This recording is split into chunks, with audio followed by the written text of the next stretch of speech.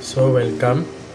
Sa tutorial na ito, ipapakita ko sa inyo kung paano ba mag-transfer ng correct code or yung code na ginawa nyo sa gamit yung Java and IDE papunta sa isang Word document.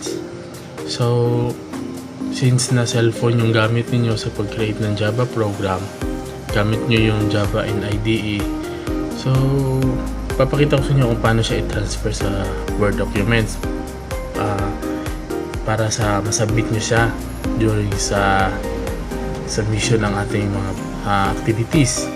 So, ang need na gamitin nyo na install or yung gagamitin nyo na document application is yung WPS to.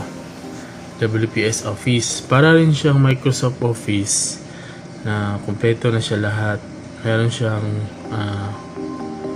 Word document, spreadsheet, at saka kaya rin niyang bumasa ng PDF file. So first, for example, kunyari, pag-open nyo ng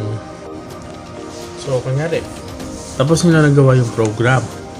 So, gusto niyo na siyang i-transfer sa WPS na Word. So, ang kailangan niyo lang gawin is i-highlight niyo lang siya, ilong press niyo yung isang word, tapos select all. Tapos niyan, click niyo naman yung copy. Katapos niyo mag-click yung copy, punta na kayo ngayon sa WPS na application. Open niyo lang. Then, click nyo tong plus button. Pag click nyo ng plus, itatanong siya ngayon kung ano ba yung i-create mo. Document, presentation, or spreadsheet. So, yung i-create natin is document. Ito yung Word. So, makikita nyo, meron na rin siyang mga sample designs. So, ang gagawin natin is blank lang muna. Pag-create nyo ng blank, yan, pag-open nya, ito na siya. Meron rin yan siyang mobile view. Meron rin, pwede siya ma-off. So, pag gagawin nyo lang, i-paste nyo lang siya. Paste. Yan. Nakikita nyo, nandito na ngayon yung ginawa nyo na program. So, siyempre, huwag nyo kakalimutan na lagyan yung pangalan nyo.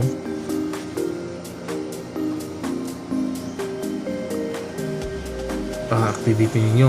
So, lalagyan nyo ngayon ang pangalan. Para hindi mahirap i-check. So, ano bang grade kayo? Grade 10.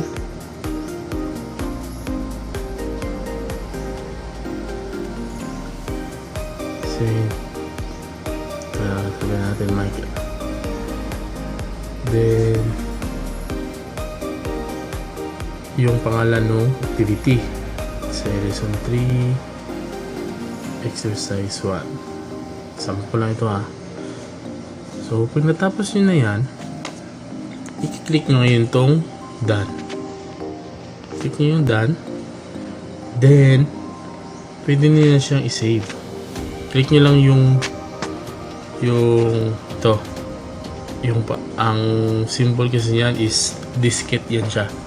Save, ibig sabihin yan, sinisave mo siya. So, pag click mo yan, ngayon, sisave mo siya kung saan mo siya gusto i-save. Storage.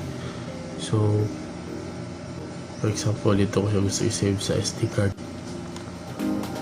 I-save ko siya sa SD card ko, tapos papangalanan ko na siya ngayon. Ito na yung magiging file name nung documents na sinisave mo or ginawa mo. So, papangalan natin siya, let's say lesson 3 underscore exercise 1. Huwag yung kakalimutan yung pangalan nyo. Kahit apelyido lang, okay na yan. Para hindi mahirap mag-check. So, pagka click nyo, save. Yan na. Tapos na. So, ang gagawin nyo na lang ngayon, hahanapin nyo na lang siya sa documents nyo kung saan nyo man siya sinave. Then, attach nyo sa Schoology or email nyo siya. Much better kung ma-attach nyo sa Schoology para isahan lang yung pag-check. So hanggang dito lang muna yung tutorial ngayon, and so thank you.